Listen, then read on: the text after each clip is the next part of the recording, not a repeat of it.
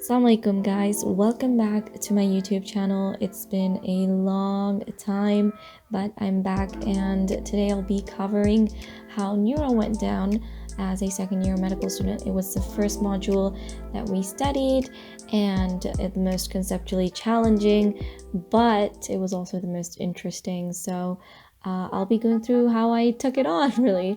So I would usually start the day with review or a study session, and so review would include writing questions down for myself, answering those questions, Anki. Any form of active recall mechanism is really great to have in the morning. And then I would definitely follow that with a study session, and so my study sessions would be pretty long, and ideally if I had Najib videos to watch, I would watch those first. And I also included cranial nerves into this module. I would do cranial nerves usually around the night time when the day was ending, but I thought I'd let you guys know because it's a part of head and neck, but you can also study it in neuro. So that was another component. So I would typically do 2 to 3 hour sessions with Najib. That was kind of my threshold. There is a lot of content to watch for neuroanatomy, but Dr. Najib is one of the best resources you can seek for this. And then typically I'd spend my whole day just studying and getting through different study sessions, using a combination of note-taking methods, reading, and just kind of alternating between the two. Now, as soon as I was done a lesson, I usually write questions for myself for that lesson and their answers, and this would just help me recall the information that I had learned, and I could review that the next day as well. I would also move on to doing other things that may include, coloring or anything else that I needed to do to understand a concept really. And so this could include seeking out additional resources like instant anatomy or looking at 3D models. Whatever it is that works for you, use that method. Neuro was a really challenging time, mainly because the content is very loaded and also very complex. So really the best way was to seek out multiple resources in this module, and you just keep repeating until it sticks into your head. By repetition, I don't mean you read through your notes, but by repetition I mean you keep bringing the concepts again and again and again. Why? Because it's very easy to forget them. And the best way to kind of structure this module is really to start with anatomy. That's just the bulk of it. And if you cover the anatomy, the physio will kind of cover for itself. And so I kind of took those two subjects together initially without focusing too much on things like histology. I did take it along with me because I felt that it was relevant. For example, if I was studying, let's say, the thalamus, I could easily go over the physio chapter for thalamus from Guyton, but I would first cover the Snell's neuro chapter for that, and then cover through maybe some relevant clinicals. And so this brings me to the next point, which is clinicals. They are an important component of this module. They are absolutely necessary to know. There is no other way around it, right? But maybe giving another example would be, for example, one of the first topics you learn is really the ascending tracts. So with the ascending tracts, there is a chapter in your Snell's textbook, but along with that, there's also a physio chapter. Now with the ascending tracts, there isn't a lot of histo, but let's say you're studying the cerebellum, then you could actually study the histo along with that.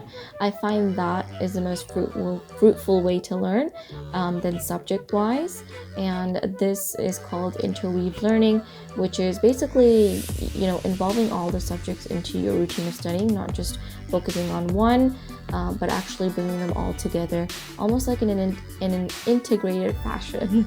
That was the word I was looking for. So integration is a really great way to go about this module because everything really connects. And once you do the neuroanatomy, you'll be able to understand the pathology, the physiology, all of it will come together. But definitely the first thing to cover is the neuroanatomy. It is the toughest part. It is the most important part. It is the bulk of this module. So try to really put your focus towards neuroanatomy. And the best textbook, obviously, for this module is Snell's Neuroanatomy.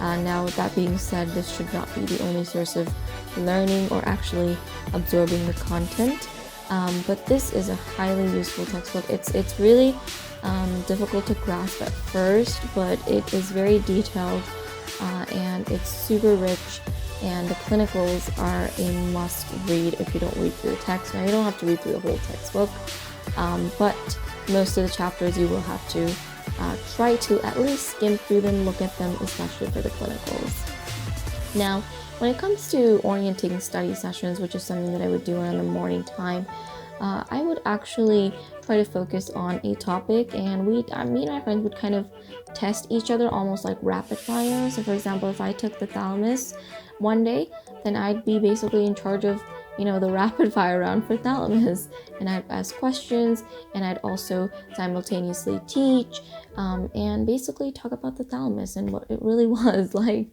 So that's just an example way you could definitely try. I think discussion is really great, but one thing that makes discussion even greater, I think, is making it fun through rapid fire, through question and answer. And this is a great active recall mechanism as well, and I found this super helpful in my study sessions. Now, that being said, when it comes to the end of the module, you'll be going over most of the pathology, really, and also you'll be going over pharmacology, and that's kind of how we end the module. We wrap it up with some really hardcore pharma, not really hardcore actually, just opioids, which I think is a fairly feasible and simple topic. So yeah, that's a bit into neuro. I did have a lot of fun in this module. Also started a painting, so I'm happy about that. And obviously the best thing to keep in mind for neuro is to create a rigid schedule for yourself with how you'll follow through. And I found friend support to be really great during this module for discussion purposes and for motivation. We'd have neuro sessions every 2 days or sometimes even every day.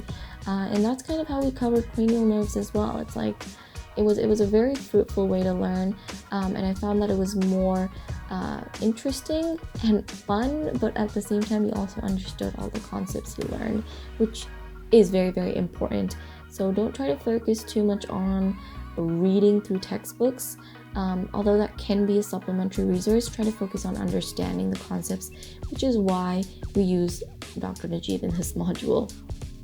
Now, that being said, the last thing I would put out there is to really look at your lecture slides to see what is testable in this module. I think it's really great to seek out lecture slides for that type of information, so that you're not jumbled up trying to retain everything from the textbook. You're only retaining the stuff that is likely to show up in exams. And of course, if you'd like to use another resource, I think I would recommend MedAngle.